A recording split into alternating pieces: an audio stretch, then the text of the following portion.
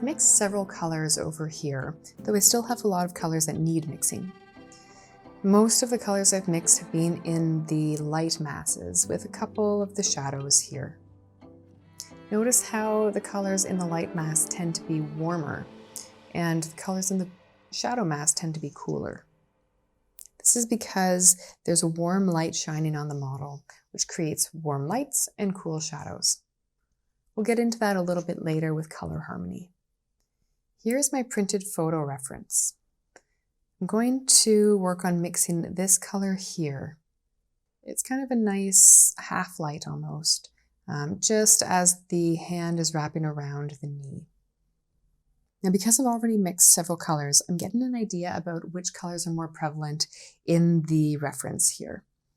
So sometimes the first few are more difficult because it might be new, there's not a lot to compare to, and the later colors tend to be a little bit easier. So I'm looking at the color of that section of the finger, and it's definitely got some grayness to it. It's not as high chroma as parts of the light mass. I'm going to start with some white, and next when mixing color I try to go to the color that is most similar on its own to that area. So I'm going to go with raw sienna.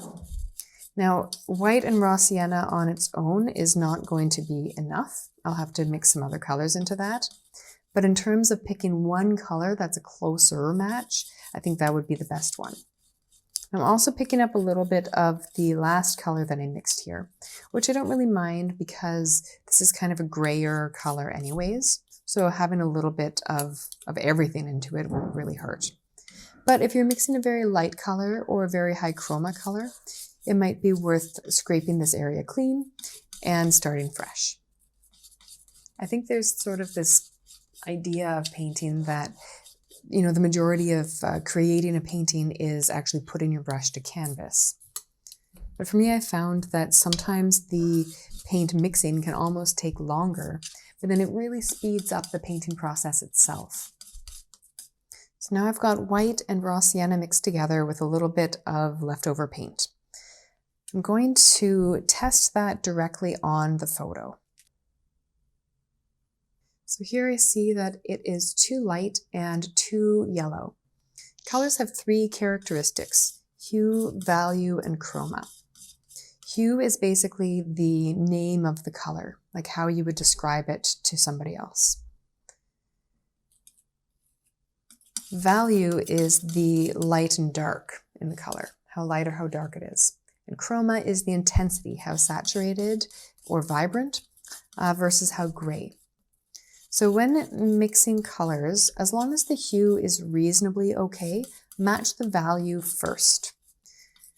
So here my first goal is to make the value darker since I see that it's too light. But I also know that the color, the hue, is too yellow. So I'm trying to choose colors to make this darker that also shifts the hue more towards my goal.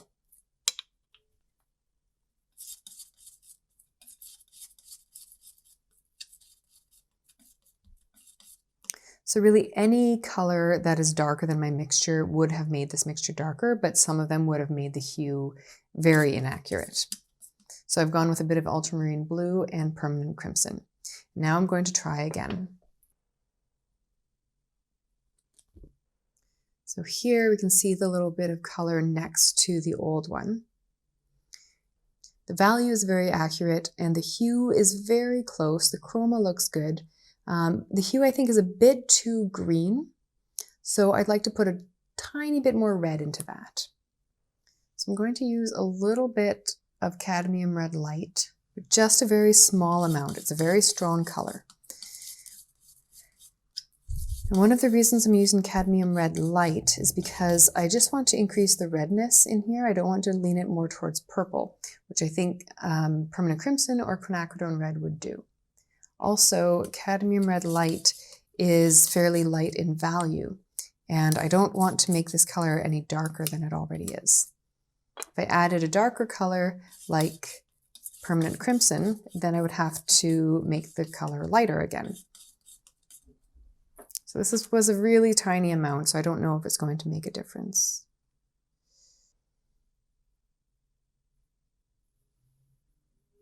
So it's still too green, which is kind of a good thing because it means I didn't put too much red and push it in the opposite direction.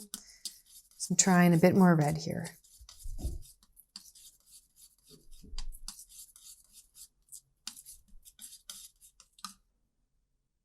So still too green, so I'll be adding more red. Now that area is starting to get kind of cluttered because of the little paint blobs, so I'm just giving it a wipe with the Lysol wipe. So while mixing paint isn't as glamorous perhaps as putting paint on canvas, and it's not as showy, it's an incredibly important part of the process because if you don't have paint mixed accurately, what are you going to put on your painting? If your colors aren't accurate and you're painting anyways, that will require a lot of correction later on. And I'd rather take the time mixing and then get it right the first time, or at least try to.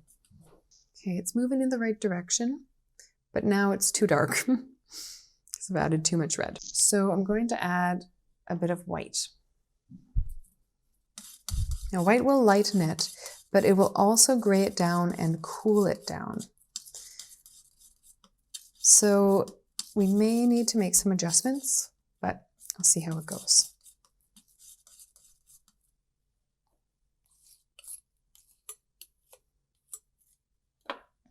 It's getting there, but it needs a little bit more light. So take your time mixing, get settled in, get comfortable, and mix as many colors as you feel is reasonable for your reference and for your painting situation.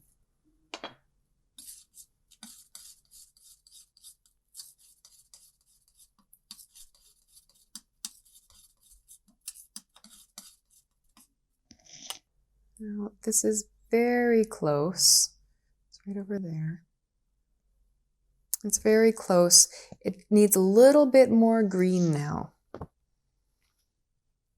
So we've almost gone too far towards the red. So because there's already some yellow, I'm going to add just the tiniest bit of blue, which hopefully will pull it towards green a little bit.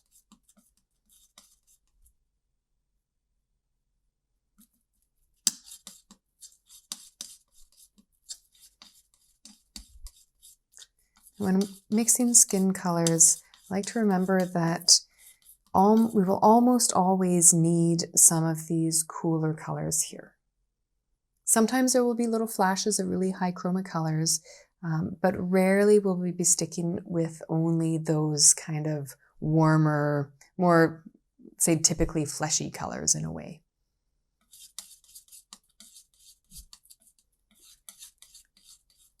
So really remember to lean on any cooler colors you might use. Look for the greens, the blues, the purples in skin and flesh. It's pretty darn close.